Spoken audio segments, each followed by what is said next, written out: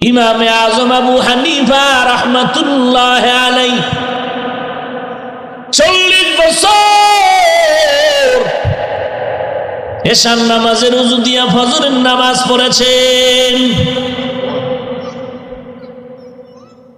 কেমন তার জিন্দেগি রে ভাই, কেমন জ্ঞান আল্লাহ তাকে দান করেছিলেন। সারা রাত যদি আবু হানিফার ঘটনা বলি শেষ করা যাবে না। এমন একজন ধৈর্য ধারণকারী বান্দা। শীতের রাত্রে হযরত ঘুমাইতেছেন, এমন সময় নিচে আইয়া একজনের দরজা নক করে। ইমামে আজম দরজা খুলিয়া শীতের মধ্যে ঘুম থেকে বিছনা ছাইরা আসছে। আসার পরে কয়, ভাইজান আপনি কেন আসছেন? শীতের রাত, গভীর রাত, আরামের ঘুম, বিছানার মধ্যে যদি কেউ ডাক দেয় কেমন লাগে মেজাজ? ওই লোকটা কয়, হুজুর মাফ করবেন, যা একটা প্রশ্ন করতে আসছিলাম। করেন। ভুলে গেছি। কজান আবার আইন। কি ফিডাডানা দিতাম আমার যদি এরকম কেউ করত। ওই লোকটা আবার গেছে গিয়া কিছুক্ষণ অপেক্ষা করে আবার দরজা নক করতেছে। ইমামে আজম আবার সজাগ হয়ে গেল।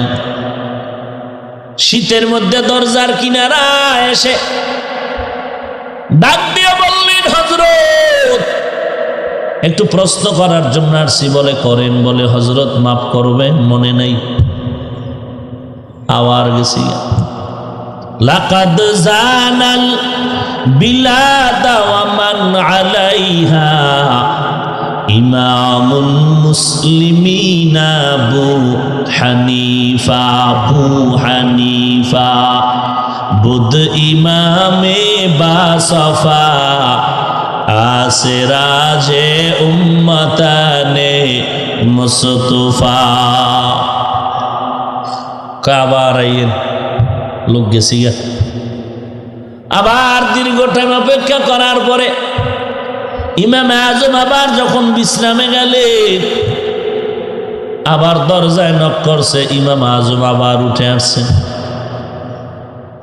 হযরত একটা প্রশ্ন বলেন। কিছুক্ষণ চুপ থাকিয়া কা, হযরত বেয়াদবি মাফ করবেন, মনে নাই। এইভাবে কয়েকবার করার পর ইমামে আজমকে এইবার বলে, ভাইজান আপনার এরকম কেন করতেছেন? বলে, হযরত আমার একটা পরীক্ষা ছিল, আমি এক জায়গায় ঝগড়া লাগাইছি আপনারে নিয়ে। আমি বলছি আপনার ধৈর্য নাই। আপনার এক পক্ষের লোক বলছে আপনার মতো ধৈর্য ধারণকারী কেউ নাই। আজকে আমি জায়গায় দেখলাম আপনার মতো ধৈর্য ধারণকারী কেউ নাই। একটা রাগ করলেন না? হ্যাঁ, তো প্রশ্নটা কি? প্রশ্ন নাই, তারপরে একটা করি। মানুষের পায়খানা লবণ না মিষ্টি? এ একটা প্রশ্ন। কিন্তু একটা প্রশ্ন হইল। ভাইরা আমার, দেখেন কি বিচক্ষণ ইমামে আজম আবু হানিফা। কয় মানুষের পায়খানা মিষ্টি? কয় খাইয়া দেখছে নাকি? বুঝলো কেমনে? এক বাছারা তুলা চুরি করছে। তুলা বিচার কাছে ইমাম আবু হানিফার কাছে। আবু হানিফা কার সন্দেহ হয় কারে কারে, এগো ডাকো। সব ডাকছে। ইমামে আজম আইসাই বলে, তুলা চুরি করলি আবার মাথার চুলে লাগায় রাখলি? যে চোর হে চুলের ভিতরে খালি হাতায়। ইমামে আজম ধরায় দিলেন, আর দরকার নেই চোর। এত জ্ঞান আল্লাহ তাকে দান করেছে। ইমামে আজম আবু হানিফার ওস্তাদের নাম ইমাম হাম্মাদ। কত বড় দামি ওস্তাদ! রাতের বেলা স্ত্রীর সাথে তর্ক বিতর্ক, হাসির মধ্যে কান্না। কথার কাটাকাটিতে স্ত্রী রাগ করিয়া কয়, কথা আর বলবো না। এমন রাগ করছে, কথা বন্ধ তো বন্ধ, আর কোনো মেশিনে চালু হয় না। ইমাম হাম্মাদ আবু হানিফার ওস্তাদ বিপাকে পড়ে গেলেন। কৌশল কইরে একটা শর্ত জুড়ায় দিয়া কয়, বিবি সুবহ সাদেকের আগে যদি কথা না বলো তো তালাক। ম্যাডাম কয়, হুজুরের বাড়ি আর থাকুম না, প্রয়োজনে সুবহ সাদিকের পর নিজের বাড়ি চলে যাব, তারপরও তালাক হয়ে যাবে, কথা বলা হবে না। বুঝেন নাই কথা? স্বামীও চাকরি করে, স্ত্রীও চাকরি করে, বেতন সব সমান সমান। চাকরি করে ঘরে যায়, দোনোজনে খানা খায়। পাকশাক কইরা খানা খাইতে গিয়া একদিন স্ত্রী রান্না করে আর একদিন স্বামী রান্না করে, সমান সমান অধিকার, বেতন সমান। আল্লাহর বান্দা একদিন স্ত্রীরে কয়, মশারি টানাও। অর্ডার করবা না, তোমারটা তুমি টানাও। এই ঝগড়া লাগছে দুইজনের মধ্যে, তুমি আমাকে অর্ডার করো কেন, আমার বেতন কম নাকি? আমি মহিলা দেখে আমার পাওয়ার কম না, আমার পাওয়ার অনেক বেশি। এবার স্বামী একটা কৌশল করলো যে দোনোজনে চুপ হয়ে যাব, যে আগে একটা কথা কইব সে মশারি টানাইব। দোনোজন চুপ হয়ে গেল। দুইজন আর কামাই দেইকা চোরের হিংসা লাগছে, কোন দিন একটু সুযোগ পাই। আজকে যখন শুনছে দোনোজন কথা বলবে না, এই সুযোগে চুরি করা আজকে সহজ হয়ে যাবে। চোর এইবার দরজা আগে একটু টোকা দিত, আজকে লাথির উপরে লাথি। স্বামীও তাকায় দেখে, কথা কয় না, কইলেই মশারি টানার লাগে। স্ত্রীও তাকায় দেখে, কথা কয় না, কইলেই মশারি টানাই। চোরারা এবার ঢুকছে, দোনোজন চুপচাপ তাকায়, শুধু তামাশা চায়। চোরেরা গাট্টি গুট্টি সব বানতে আছে। আলমারি খুলে চাবি ভাঙ্গে। স্বামীও কথা কয় না, মশারি টানাবার ডরে স্ত্রীও কয় না। এক শেষরা চোরা, যে নাম্বার ছাড়া ডামিস, ঈদের শেষ সময় বাতের বাতিল মাথাত লইছে। মশারি টানায় দুইজনে ঝগড়া করতে গিয়া খাওয়া দাওয়াও হয় না, খাবে, রান্না করতেছে। মশা, যেই ভাওয়ার মশা, কোন র্যাবের বাড়িতে মশা কি থামানো সম্ভব? সংসদ ভবনে মশা যায় আর অধিবেশন সব কমপ্লিট নজরদারিতে, কোনো পারমিশন নাই, টিকিট নাই। যেই মশার উপর আক্রমণ করবে তারই জায়গা জায়গায় মিস কল। যখন ভাতের পাতিল নিয়ে যায়, আর এক চোরায় তরকারির পাতিলটাও যখন লইছে, কথা কয় না এখনো কেউ, মশারি টানাবার ডরে। স্ত্রী কয়, পুরুষের তো শক্তি আছে, না খায়া থাকতে পারবে, আমি তো না খায়া থাকতে পারুম না। কত আর চুপ থাকা যায়? ডাক দিয়া খায় রে চোর, সব নেও নেও, ভাত আর তরকারির ইসলাম। স্বামী কয়, মশারি টানো।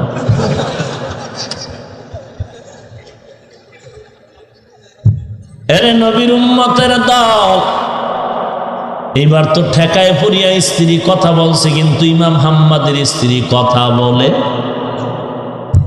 সুবহ সাদিকের আগে কথা না বললে তালাক। স্ত্রী নিয়ত করছে কথা বলবো না, তালাক হয়ে গেলে বাড়ি চলে যাব। ইমাম হাম্মাদ চিন্তায় পড়ে গেলেন, সমাধান কই পাই। মনে মনে খুঁজলেন, আমার ছাত্র ইমাম আবু হানিফার মেধা বেশি, ওর কাছে যাই। রাতের গভীরে ইমামে আজম আবু হানিফার দরবারে উস্তাদ হাজির। গভীর রাতে গিয়া বলেন, শামা আমার ছাত্র সন্তান, আসসালামু আলাইকুম ইয়া আহলাল বাইত লাব্বাইক। কে আপনি? বলে আমি তোমার ওস্তাদ ইমাম হাম্মাদ। এত রাত্রে আপনি আসলেন কেন? বলে ভেজালে না পড়লে কি এত রাত্রে আসছি নাকি রে বাবা, স্ত্রীর সাথে ঝগড়া লাগছে, কথায় কথায় তর্ক হয়ে গেল। এক পর্যায়ে স্ত্রী কথা বলে না, আমি শর্ত লাগায় দিলাম সুবহ সাদিকের আগে কথা না বললে তালাক। এমন রাগী হইছে, তালাক হয়তো নিয়ে বাড়ি যাবে, তারপরও কথা বলবে না।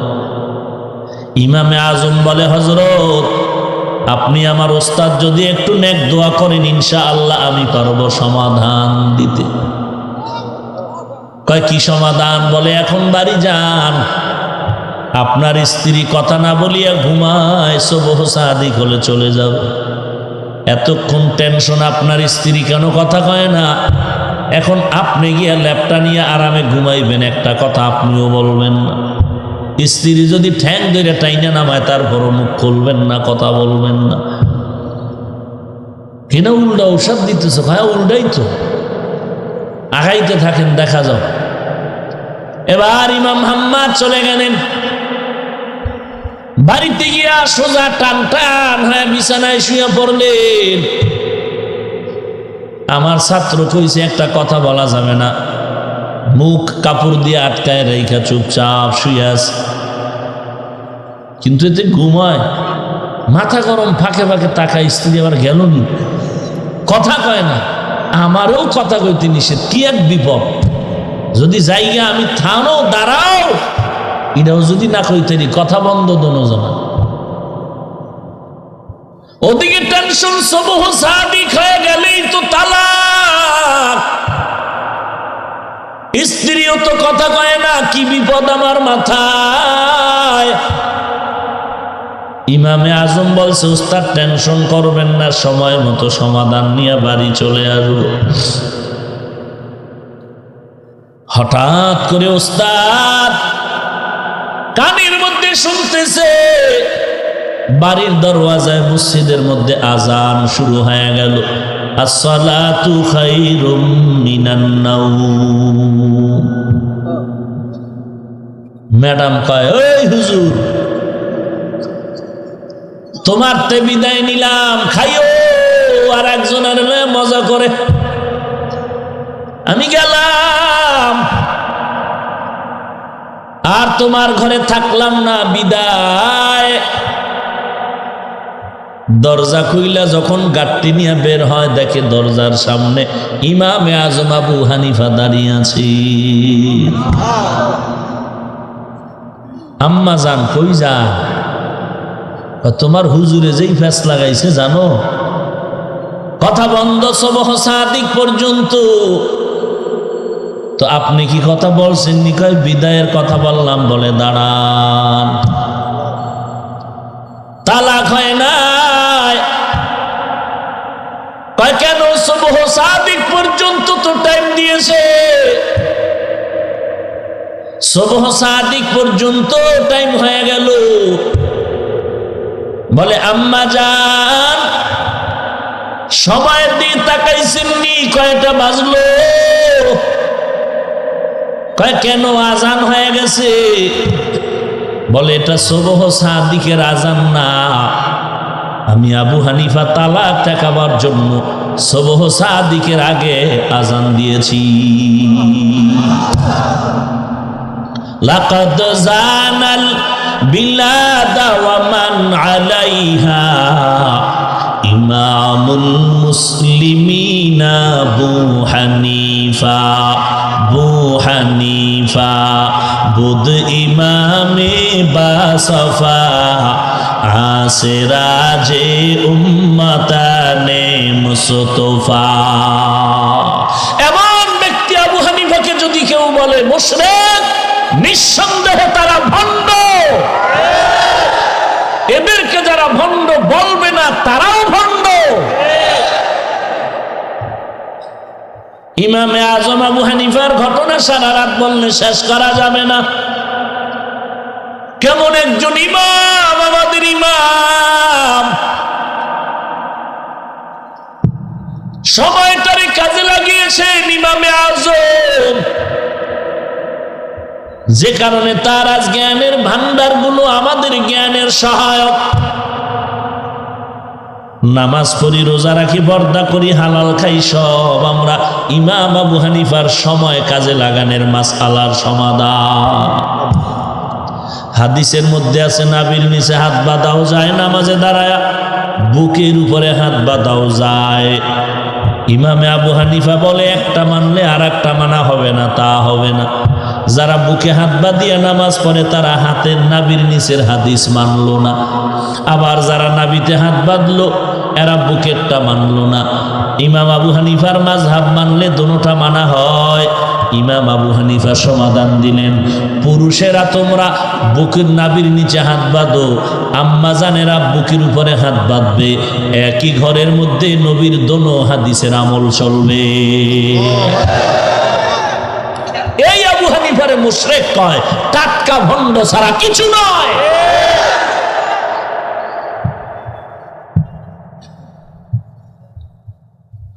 ওয়াল আসর, সময়ের শপথ। আসরের অর্থ সময়, আসরের আর একটা অর্থ আছে, বলবো নাকি? অনেক অর্থ, সময় তো কম, এই জন্য যাচ্ছে। আসরের আর এক অর্থ হলো আসর মানে আসরের নামাজ। তাহলে ওয়াল আসর অর্থ কি হবে? আসরের নামাজের শপথ। শপথ যেই জিনিসের জন্য করেন জিনিসটা বড় দামি। আসরের নামাজের শপথ কেন করেছেন? আসরের নামাজ বড় দামি। হাফিজু আলাস সালাওয়াত ওয়াস সালাতিল মুস্তা, সব নামাজ হেফাজত করো, বিশেষ করে মধ্যবর্তী নামাজের হেফাজত করো। রাত আর দিনের মাঝখানের নামাজ হলো আসরের নামাজ। দিনের ডিউটি করনেওয়ালা ফেরেশতা তখন বিদায় নেয়, রাতের ডিউটি করনেওয়ালা ফেরেশতারা ডিউটি নতুন করে শুরু করে। এটা কোন থানা? থানা ওসি সাহেব বদলি হয়, নতুন একজন ওসি আসে, নতুন ওসি জয়েন করে, পুরান ওসিরে বলে ভাইজান এলাকার হালাত আমারে জানায় যান। এলাকার ওসি সাহেব বলে ডায়েরির মধ্যে লেখা আছে 10 জন দামি দামি মানুষ আছে, যোগাযোগ রাখবেন, কন্টনীয় হাদিয়া পাবেন ভালো ভালো। আর নিরপেক্ষতার জন্য যদি কিছু জানতে চান, নরসিংদী কেন্দ্রীয় মসজিদের খতিব সাহেব থেকে জেনে নেবেন, লোকটা বড় নিরেট ভালো মানুষ। আগের ওসি যাদের ভালো লাগলো, পরের ওসি আইসাও তাদের ভালো বলে এনসার দিল। আসরের নামাজ এমন দামি সময়, এই সময়ের নামাজটা সবাই ঠিক মতো পড়তে বড় ঝামেলা হয়ে যায়। না দোকানওয়ালা পড়তে পারে, না আমি পড়তে পারি, আগ পিছ হয়ে যায় সময়ের। এই সময় একদল ফেরেশতা বিদায় নেয়, আর একদল শুরু করে। ডিউটি শুরু করে নেওয়ালারা কয় তোমরা যাও একটু ভালো পরিচয় দাও, মানুষের কি হালাত, সারাদিনে কি দেখলা। জানেওয়ালা ফেরেশতারা কয় আসরের নামাজে যারা দাঁড়ানো সবগুলো ভালো মানুষ। ডিউটি শুরু করে নেওয়ালা রাতের ফেরেশতারাও আমল নামায় লেখে এই লোকগুলো সব ভালো মানুষ। আসরের নামাজের শপথ, আসরের নামাজের শপথ কেমন গুরুত্বপূর্ণ বুঝাইতে গেলে আর একটু লম্বা দিকে যেতে হবে। এরে নবীর উম্মতের দল, দিল্লি শহরের মধ্যে ইন্ডিয়ায় যদি যাও, এখনো দাঁড়িয়ে আছে কুতুব মিনার। কোন কুতুবের নামে সেই মিনারা দাঁড়িয়ে আছে আজও? ভারতবর্ষের ইতিহাস জ্বলন্ত সাক্ষী হয়ে আছে, যার নামে কুতুব মিনার দিল্লি শহরে দাঁড়িয়ে আছে উনি হলেন কুতুবউদ্দিন বখতিয়ার কাকি রহমাতুল্লাহ আলাইহি, যিনি ইন্তেকালের সময় তার খাদেমরে বলেছেন, খাদেম আমার ইন্তেকাল হয়ে যাবে, আমি বয়সে অনেক বুড়া হয়ে গেলাম, আর আমি বাঁচব না। তবে আমার জানাজা পড়াইতে ভারতের বহু আলেম ওলামা আসবে, খবরদার আমার জানাজা যেন যে কোনো আলেম না পড়ে।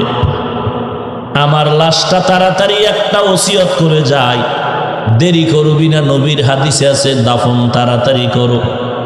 আর আমরা 13টা মাইক লাগায় দেই আম্মা জানের জানাজার জন্য, 3 দিন দেরি করি, আমার ছেলে রইছে বিদেশ। নবী কয় তাড়াতাড়ি দাফন কর, কষ্ট হবে মাইয়াতে। কুতুবউদ্দিন বললেন 1 নাম্বার ওসিয়ত, আমার দাফনটা তাড়াতাড়ি করায় দিবি।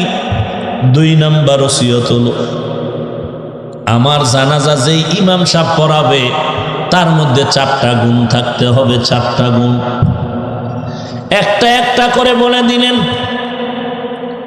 কুতুবউদ্দিন দুনিয়াতে নাই, খবর ছড়িয়ে গেল পুরো ভারতবর্ষে। হাজার হাজার আলেম ওলামা ময়দানে হাজির। খাদিম লাশটা রেখে চিল্লায় বলে, কুতুবউদ্দিনের 1 নাম্বার ওসিয়ত, জানাজা তাড়াতাড়ি পড়ায় দাফন দাও। 2 নাম্বার ওসিয়ত, জানাজা এমন একজন আলেম আসিয়া পড়াইবেন কারণ নাম কয় নাই, কিন্তু নিয়ম করেছেন 4টা গুণ যার মধ্যে থাকবে তিনি জানাজা পড়ায় দিবেন। এর মধ্যে একটা গুণ, যেই বান্দা জীবনে আসরের নামাজের 4 রাকাত ফরজের আগে আরো 4 রাকাত সুন্নত আছে, খেয়াল করেননি? আসরের ফরজ কত? আর এর আগে আছে আরো 4 রাকাত, পড়লে সওয়াব, না পড়লে গুনাহ নাই। কুতুবউদ্দিন বলে গেছেন তার জানাজার ইমামতি যিনি করবেন তার মধ্যে 4টা গুণ থাকা লাগবে। এর মধ্যে একটা গুণ হলো আসরের নামাজের ফরজ 4 রাকাতের আগে আরো 4 রাকাত সুন্নত। জীবনে যার ছুটে নাই এমন ব্যক্তি হবে কুতুবউদ্দিনের ইমাম। এবার বুঝেন, আসরের 4 রাকাত ফরজ না, এর আগে আরো 4 রাকাত সুন্নত, জীবনে ছুটে নাই। এ পিসাবরে পাওয়া যাইব, আদ্রশিয়ালে পাইবেন, মাইজবান্ডারে পাইবেন। হায় হায় হায়, পিরানে পীর দস্তগীর কুতুবে সোবানি, মাহবুবে রব্বানি সারা শরীর মোবারকে চুলকানি। হায় হায় হায়। খাদেম 4টা গুণের কথা বলে বলে দেরি না করে তাড়াতাড়ি আসেন, জানাজা পড়ায় দেন, দেরি করা যাবে না। ময়দানটা কেমন যেন থমকে দাঁড়িয়ে গেল। বড় বড় ভারতবর্ষের আলেমেরাও চিন্তায় পড়ে গেছে। আরে 4 গুণের গোষ্ঠী কিলাই, আসরের এই সুন্নতি তো আমার পড়া হয় নাই জীবনভর, মাঝে মাঝে ঘুরছে, ডেলি জীবনেও। খাদেম আবার চিল্লায় আসেন। এইভাবে কয়েকবার চিৎকার দেওয়ার পরে হঠাৎ করে দেখি ময়দানের পিছন থেকে একজনের চিল্লাইয়া কয়, রে ভাই কি সর্বনাশ করলি রে কুতুবউদ্দিন, জায়গা করে দে, কুতুবউদ্দিনের কাছে যাওয়ার জায়গা করে দাও। ময়দানের সকলের চোখ ওদিকে চলে গেল। এক বান্দা দৌড়াচ্ছে দৌড়াচ্ছে আর চিল্লাচ্ছে, চিল্লায় চিল্লায় কুতুবউদ্দিনের সামনে আসিয়া কয়, কুতুবউদ্দিন বিদায় হইয়া গেলি, আমারে সর্বনাশ কইরা গেলি রে কুতুবউদ্দিন। আমার এই 4টা গুণ আছিল আমার মাওলা ছাড়া কেউ জানে না রে কুতুবউদ্দিন। আমার মাও জানে না, আমার স্ত্রীও জানে না, আমার কেউ সন্তানেরাও জানে না। আমার এই 4টা গুণের সম্পর্ক আমার মাওলা পাকের সাথে গভীর। ওরে কুতুবউদ্দিন, এই গোপন খবর তুই কেন আমার ফাঁস কইরা গেলি রে? এখন কেউ প্রশ্ন করবা কুতুবউদ্দিন কেমনে জানলো? ও আল্লাহর বান্দা, এটা বুঝানোর কোনো ক্ষমতা নাই। আল্লাহ যদি কবুল করে ঘুমের ঘরে আল্লাহ জানায় দেয়। জানাজা পড়ায় দিলেন, কমপ্লিট হয়ে গেল। কোন সেই ব্যক্তি? মহাধন্য ব্যক্তি ভারতে। ও ক্ষমতাওয়ালারা, ইতিহাস পড়ো। ইতিহাস পড়লে দেখবা ওই বান্দা কোনো খানকার পীর না, ওই বান্দা কোনো দরবারের কুতুবে আলম না, ওই বান্দা ভারতবর্ষের মুসলিম শাসকদের মধ্যে একজন শাসক, শামসুদ্দিন আলতামাস রহমাতুল্লাহ আলাইহি। ইংরেজি ইতিহাসে লেখা আছে শামসুদ্দিন ইলতুতমিশ, তিনি একজন ভারতের রাষ্ট্রনায়ক, রাষ্ট্র পরিচালনা করেছেন। আসরে সুন্নাত ছুটে নাই জীবনে। রাষ্ট্র পরিচালনা করেছেন, কোনদিন বেগানার দিকে নজর দেয় নাই। আজকে গুরু ঠাকুরের ফতুয়ায় চলো, আর মদিনার ফতুয়া মজা লাগে না। অন্ধ সাহাবী ঘরে আসতেছে, নবীর বিবিরা তাকায় দেখতেছে, নবী বলে তাকাইও না। বিবিরা বলতেছে সে তো অন্ধ। নবী বলেন তোমরা কি অন্ধ? বলে না না। বলে তাকাইও না, গুনাহ। আর তুমি আজকে গুরুর কথায় চলো, কারো ফতুয়া কানে দাও না। আবু বকর আম্মা জান আয়েশার পার্শ্বে বসে কথা বলতেছেন, নবী আসিয়া দেখিয়া বলে খবরদার। কয় আমার আব্বা জান। বলে তারপরও তৃতীয় ধোঁকাবাজ আছে কে? শয়তান। কেমনে বাঙালিরে বুঝাইতাম গজবের ফেসবুক থেকে এই আঙ্গুল কাটা যাবে জাহান্নামের কেচির মাধ্যমে। যার তার ব্যাপারে কলম ধরো, আলেম ওলামাদের বিরুদ্ধে কলম চালাও ফেসবুকে, আল্লাহর গজবকে ভয় করো, না হয় অভিশাপে পড়তেই হবে। আল্লাহর কোরআন এবং রসুলের হাদিস মিথ্যা হতে পারে না। আর এমন জায়েজের মাসআলাও বলা যাবে না যেই জায়েজের মাসআলা বলিয়া পালন করতে গেলে গুনাহের মধ্যে ঢুকে যাওয়ার সম্ভাবনা থাকে। এমন জায়েজের মাসআলাও উম্মতের সামনে বলা উচিত নয়। আমরা কওমিওয়ালারা, আমরা দেওবন্দি তাবলিগ চরমনাই আহলে হক, আমরা দুনিয়ার খবর জানি না। আমরা চার দেওয়ালের মধ্যে থাকি। ভিন্ন যারা তারা সবাই দুনিয়ার খবর জানে। আমরা জান্নাতি খবর নিয়েই আছি, আমাকে দুনিয়ার কোনো হিসাব নাই। আমরা বলে এই জন্য ফতুয়া দেই ঘরের মধ্যের গুলো, বাহিরের খবর জানি না। এটা কথা? এটা একজন আলেমের মুখে শোভা পায় সমস্ত কথা?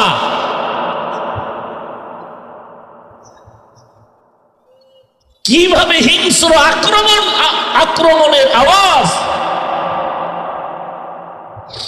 আল্লাহ সব ভাইকে হেদায়েত দান করুন। ওয়াল আসর, আসরের নামাজের শপথ। এরপরে আল্লাহ বলেন ইন্নাল ইনসানা লাফি খুসর, নিশ্চয়ই সমস্ত ইনসান জাহান্নামে চলে যাবে। ইল্লাল্লাযীনা আমানু, কিন্তু বলে আল্লাহ বলেন চার গুণালা মানুষ জান্নাতে যাবে। এক নাম্বার গুণের নাম হলো পরিশুদ্ধ ঈমান। ঈমানটারে মজবুত করে নাও রে যুবক। কেমন ঈমান? আল্লাহ বলেন অমুকের মতো, কার মতো? আমিনু কামা আমানান নাস, সাহাবায়ে কেরামের মতো ঈমান। সাহাবায়ে কেরামের মতো ঈমান। সাহাবায়ে কেরামের ঈমান কেমন ছিল? গলায় ছুরি আসছে, তারপর নবীর বিরুদ্ধে যায় নাই। নবীর বিরুদ্ধে যায় নাই সাহাবায়ে কেরাম। বেলালে হাবশির উপরে কত অত্যাচার! উত্তপ্ত গরম বালুর উপরে রাখলো বেলালকে, বুকের উপরে আবার পাথর চাপা দিল গরম। এরপরও বেলালের জবানে আমার আল্লাহ পাকের জিকির। এরে যুবক, কয়দিন আর বাহাদুরি করবা, কয়দিন আর দুনিয়াতে মাস্তানি করবা? তোমার মতো যুবক যদি কৃষি কাজ করে, ড্রাইভারি করে, নামাজ পড়ে, তুমি কেন পারবা না? অনুরোধ করে বলি, তওবা করে নাও, মা বাবার দোয়া নাও, আল্লাহওয়ালার দোয়া নাও, বিরোধিতা করিও না। 5 ওয়াক্ত নামাজ পড়ো, সহিভাবে কোরআনটা শিখো, দেশ ও জাতির পক্ষে কাজ করো, বিরোধিতা করিও না। আল্লাহর নবীর সুন্নতের মালাটা গলায় লাগায় চলো রে বাবা, জান্নাতের দরজা ওপেন হয়ে যাবে। নিজের ঘরে একটা কোরআনের সন্তান বানায়া যাও, মরণের পরে যেন সন্তান তোমার জানাজার ইমামতি করতে পারে। কবরের কিনারায় দাঁড়াইয়া তোমার সন্তান যেন আল্লাহর কোরআন পড়ে পড়ে দোয়া করতে পারে।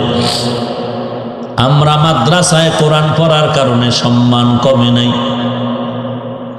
সম্মান ইজ্জত কমে নাই। রে যুবক,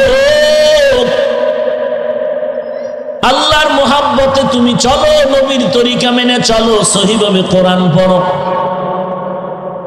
আজকে এই কোরআনের বয়ান শোনার জন্য কত দূর থেকে আপনারা কষ্ট করে আসছেন। পর্দার আড়ালের আম্মা জানেরা আছে না? আরে মা, কত কষ্ট করে বয়ান শোনার জন্য আসছেন। আপনাকে মার্কেটে না নিলে স্বামীর সাথে ঝগড়া লাগায়া দেন, অথচ আমার মা চাচিদেরকে দেখছি দিনের বেলাও কোথাও যাইতেন না, রাতের বেলা যদি কোথাও যাইতেন হাত মোজা পাও মোজা ঢিলে ঢালা বোরকা পরিয়া যাইতে। যত ভালো সন্তান দেখো, এর মূলে মা বাবার চরিত্র ভালো না হয় সন্তান ভালো হতে পারে না। এরে আম্মা জান, আপনার কি মনে চায় না আপনি এমন একটা সন্তানের মা হয়ে কবরে যাবেন যে আপনার সন্তান কোরআন তেলাওয়াত করে কবরে দোয়া পৌঁছাবে? আপনার সন্তানের পেছনে মানুষ দোয়ার জন্য লাইনে দাঁড়ায় যাবে, আপনার সন্তানের পেছনে মানুষ দাঁড়ায় দাঁড়ায় হাজার মানুষ নামাজ আদায় করবে। ও যুবক, আল্লাহর মোহাব্বত নিয়ে বললাম, তওবা করে নাও, নামাজ আর ছাড়িও না রে ভাই। গুনাহ নিয়ে কবরে যাইও না, তওবা করো। কারণ এক জাররা পরিমাণ গুনাহ নিয়ে যদি কবরে যাও, 2 পার্শ্বের মাটি সহ্য করতে পারবি না, ওই মাটির চাপ। জাহান্নামের আগুনের তাপ সহ্য করতে পারবি না রে যুবক। কত কবরে আগুন দেখা যায়, সাপ দেখা যায়, আবার কত কবরের লাশ 20 বছর পরে তাজা পাওয়া যায়। যত কবরের লাশ তাজা পাওয়া গেল সব নামাজিদের কবর, আর যত কবরে আযাব দেখা গেল সব বেনামাজির কবর। আল্লাহর কাছে তওবা করো, নিজের গুনাহের কথা স্মরণ করে তওবা করো। আল্লাহ, আমার গুনার খবর আমার মা জানে না, স্ত্রী জানে না, সন্তানেরা জানে না, জানলে আমাকে আর সম্মান দিত না। ও আল্লাহ, তুমি জানার পরেও রাগ করে পানি বন্ধ করো নাই। ও আল্লাহ, আমি আপনার কাছে আজকে তওবা করতেছি, আর গুনাহ করব না, আর নামাজ ছাড়বো না, মা বাবার বিরুদ্ধে চলবো না, আর কোনোদিন আলেম ওলামাদের বিরোধিতা করব না। ও আল্লাহ, মেহেরবানি করে আমাকে মাফ করে দাও। তুমি তৌফিক না দিলে তওবার উপরে চলতে পারবো না। গলায় ছুরি আসবে, মরে যাব, তারপরও গুনাহের কাছেও যাব না। তওবা করার যদি খাঁটি নিয়ত হয়, মুনাফিকি যদি না থাকে, খাঁটি তওবার নিয়তে 2টো হাত আল্লাহকে দেখায়া দাও। আয় আল্লাহ, সবার হাত কবুল করে নেন, তওবা কবুল করে নেন, তওবার উপরে মজবুত হয়ে চলার তৌফিক দান করেন। আমিন।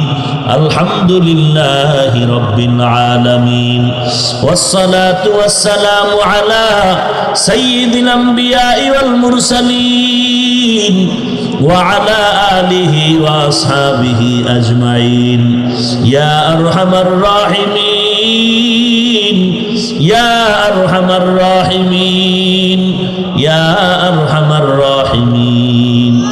ও দয়ার মালিক, কুদরতের নজর দিয়া দেখেন এই ময়দানে কত গোলামরা হাত তুলেছেন। ওলামায়ে কেরাম, সাদা দাড়িওয়ালা মুরব্বী, হাজী সাহেব, কত ব্যবসায়ী, কত চাকরিজীবী, কত যুবক, কত ছাত্র ভাইরা, পর্দার আড়ালের মা বোনেরা। ওরে আম্মা জান, নতুন শাড়ি পরে ঘরে আসছো স্বামীর ঘরে, এমন একটা দিন আসবে সাদা কাপড়ের বাসিন্দা হয়ে বিদায় নিতে হবে। সন্তানেরা মা মা বলে ডাকবে, জবাব দিতে পারবা না রে মা। ওই মরণের আগে তওবা করো, 5 ওয়াক্ত নামাজ পড়ো, পর্দা করো, স্বামীর খেদমত করো, ভালো সন্তানের মা হয়ে কবরে যাও।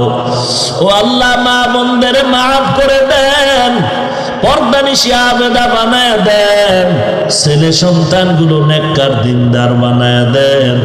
এই মাহফিল কবুল করে নেন, ওলামায়ে কেরামদের আমিন কবুল করে নেন। এলাকার ভিতরে শান্তি দান করেন, সবার সিনায় হেদায়েতের বাতি জ্বালায় দেন আল্লাহ। আয় আল্লাহ, সকলের দিলের ন্যাক আশা পূরণ করে দেন। আয় আল্লাহ, 5 ওয়াক্ত নামাজি বানায় দেন, সহিভাবে কোরআন শিখার তৌফিক দান করেন। সবার দিল থেকে রিয়া হাসাদ কিবির দূর করে ইখলাস দান করেন। আয় আল্লাহ, নবীর সুন্নতের উপরে আমল করার তৌফিক দান করেন। মাদ্রাসা মসজিদ কবুল করে নেন। আয় আল্লাহ, এর সহযোগিতায় যারা আছে তাদেরও কবুল করে নেন।